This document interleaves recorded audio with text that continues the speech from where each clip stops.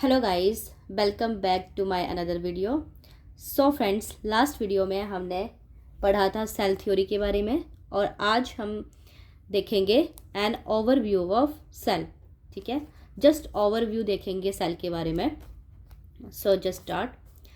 You have earlier observed cells in an onion peel and और human cheek cells under the microscope.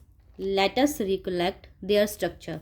The onion cell, which is typical plant cell, has a distinct cell wall as its outer boundary, and just within it is the cell membrane. ठीक है कि जो plant cell होता है उसमें outer layer होती है cell wall और उसके अंदर की साइड होता है सेल मेम्ब्रेन। लेकिन जो एनिमल सेल है उसमें सिर्फ एक ही मेम्ब्रेन होती है जो कि सेल मेम्ब्रेन होती है।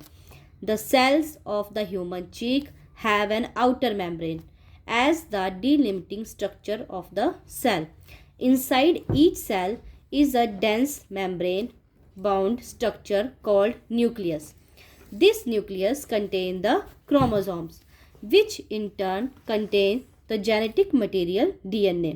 ठीक है, सेल के अंदर न्यूक्लियस है, न्यूक्लियस के अंदर जेनेटिक मटेरियल है जिसको हम बोल रहे हैं DNA. Cells that have membrane bound nuclei are called eukaryotic, whereas cells that lack a membrane bound nucleus are prokaryotic. ठीक है, जिस न्यूक्लियस के जो न्यूक्लियस बाउंड होगा मेम्ब्रेन से, ठीक है, उसको हम बोलेंगे यूकैरियोटिक सेल्स, और जिसमें न्यूक्लियस मेम्ब्रेन एब्सेंट होगी उसमें उसको हम बोलेंगे प्रोकैरियोटिक सेल.